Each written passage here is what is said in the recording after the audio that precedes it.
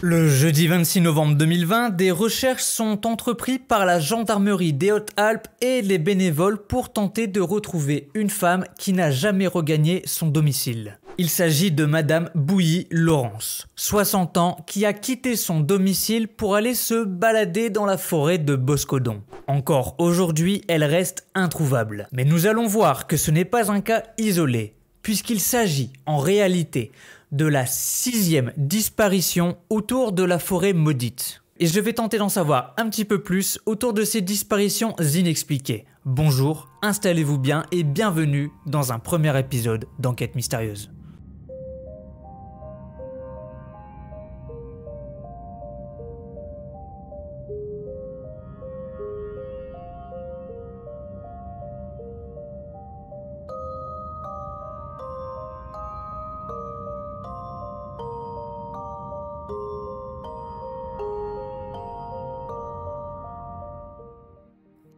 Et si vous décidiez d'aller randonner dans la partie sud des Hautes-Alpes, voir cette majestueuse forêt de sapins de Boscodon, située entre 980 et 2400 mètres d'altitude, disposant d'une biodiversité incroyable en faune et en flore.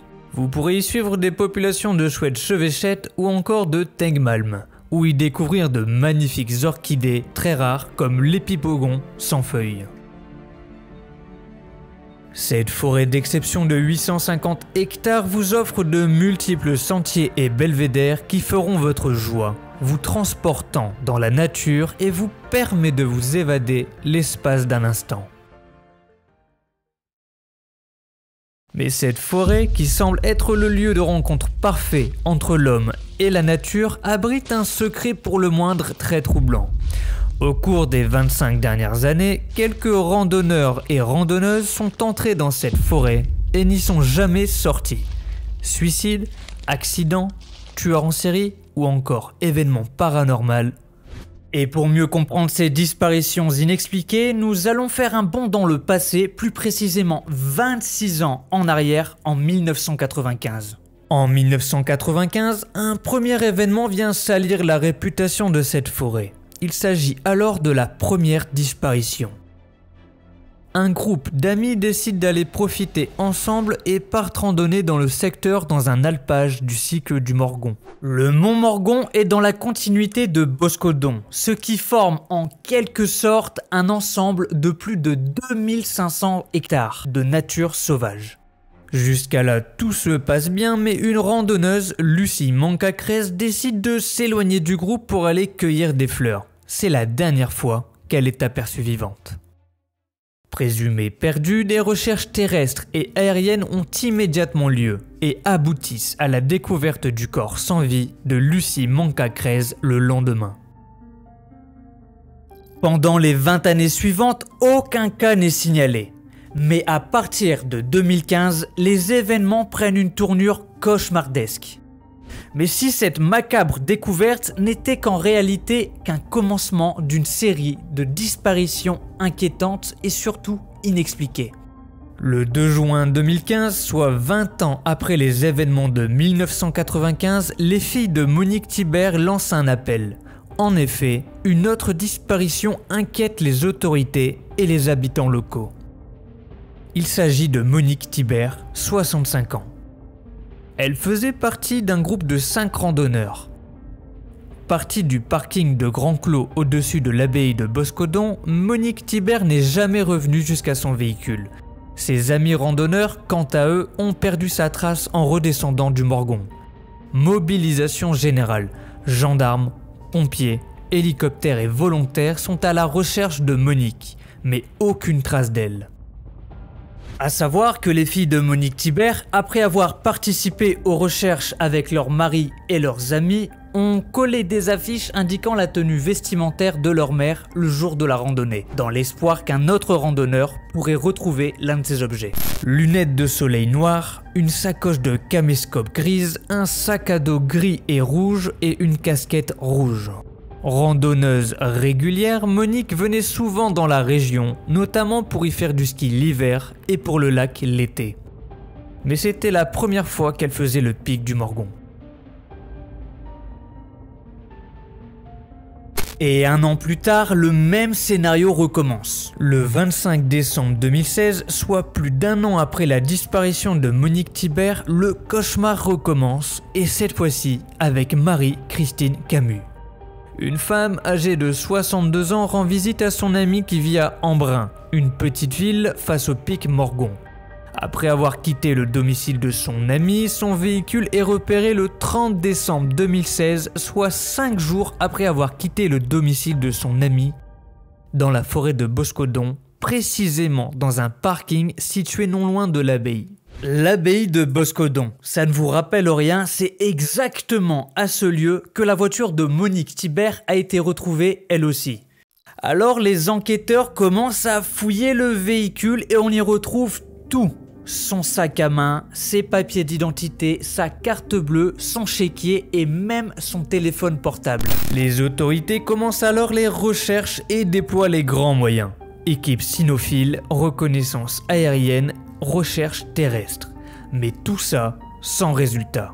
Plus aucune trace de Marie-Christine Camus. Même les chiens n'ont pas réussi à retrouver sa trace. Mais alors, que cache la forêt de Boscodon? En 2018, précisément le vendredi 1er juin, Nick, un sans domicile fixe d'une trentaine d'années d'origine allemande, entreprend d'effectuer avec l'un de ses amis la traversée entre Lozé-Ubaï et Crau. Juste quelques kilomètres pour se rendre à destination. Mais un problème se joint à Nick qui n'en a pas encore conscience. Il doit traverser la forêt de Boscodon à travers des sentiers montagneux. En pleine randonnée, les deux amis se séparent mais ont prévu de se joindre à Crau le samedi. Mais Nick n'est jamais arrivé à destination. Son ami prévient alors les autorités qui se lancent alors à sa recherche. La gendarmerie de haute montagne de Josier découvre, grâce aux reconnaissances aériennes, un corps sans vie dans le vallon de Bragouts, dans la commune de Crau. Après de multiples constatations, des techniciens identifient le corps, il s'agit bien de Nick. Et contrairement aux autres disparus, la thèse de la chute accidentelle est privilégiée. Entre accident et disparition mystérieuse, cette forêt n'en reste pas là, car 2 ans après, 2 autres personnes disparaissent. En plein automne 2020, Cédric Delahaye vient passer quelques jours de vacances dans un hôtel à Gap, dans les Hautes-Alpes. Cédric quitte alors son hôtel et disparaît des radars. Plus aucun signe de vie. Il est alors âgé de 41 ans. Son véhicule, une Citroën C4 grise foncé, est retrouvé par les gendarmes sur le même parking que celle des autres disparus. Et cette fois-ci, je vous laisse deviner où, à l'abbaye de Boscodon. Un peu plus tard, on y découvre qu'il avait l'intention de faire la même randonnée que Monique Thibert lors de sa disparition en 2015 pour aller vers le pic de Morgon. Les gendarmes se lancent à sa recherche mais abandonnent le 3 novembre en raison des intempéries après 2 jours d'intenses recherches. Donc le 26 octobre 2020, Cédric Delahaye se volatilise et disparaît dans la nature après avoir téléchargé le même itinéraire que Monique Thibert avait emprunté pour le pic de Morgon. Et à peine 1 mois plus tard, une nouvelle personne disparaît. Il s'agit de Laurence Clam, 60 ans, résidant dans les environs de Boscodon. Un jeudi matin, vers 10h30, Laurence quitte son domicile à Crau pour aller se balader dans les environs. Ne la voyant pas rentrer, son mari donne l'alerte auprès de la gendarmerie d'Embrun. Après avoir donné la description de sa femme, un dispositif conséquent de recherche est mis en place. Plusieurs unités sont sur le coup, y compris les maîtres chiens venus d'autres villes. Les unités quadrillent le secteur et un chien de la gendarmerie repère une trace sur la zone du hameau du Bois, mais rapidement la trace s'estompe. La piste s'arrête sur un pont au niveau de l'abbaye. Laurence Clam devient alors la dernière disparue en date de la forêt de Boscodon.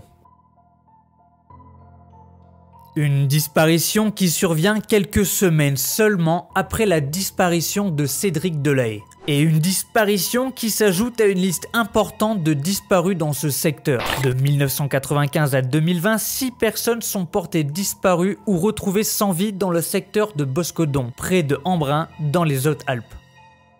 Jusqu'à présent, la forêt de Boscodan n'avait livré aucun indice. Mais il y a quelques mois, vers fin juin 2021, des ossements masculins ont été retrouvés dans le massif du Morgon. Après l'identification, il s'agit de Cédric Deleuil.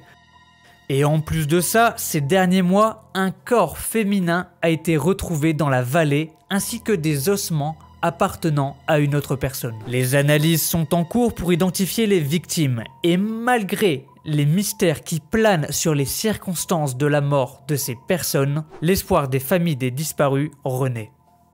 Qui ont disparu, bon, on en a retrouvé une qui avait fait une chute, mortelle bien sûr. Mais bon, c'est vrai qu'on n'a pas beaucoup d'éléments pour savoir ce qu'il en est de chacun des cas. Voilà.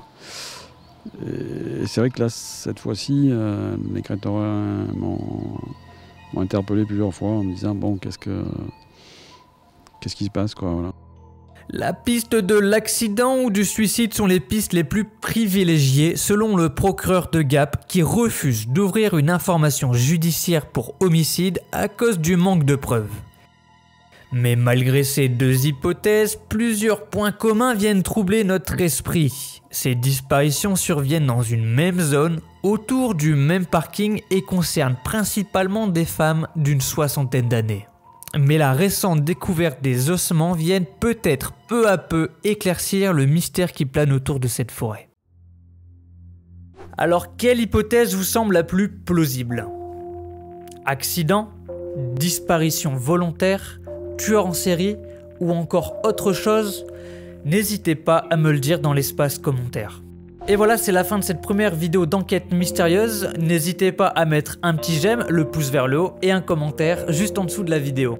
Je signe enfin mon retour sur YouTube, avec une cadence de vidéos moins élevée, mais je compte sur vous pour continuer à me soutenir, car on va pas se mentir, ça me fait chaud au cœur. Et donc il me reste plus qu'à vous dire à bientôt pour une prochaine vidéo. Ciao!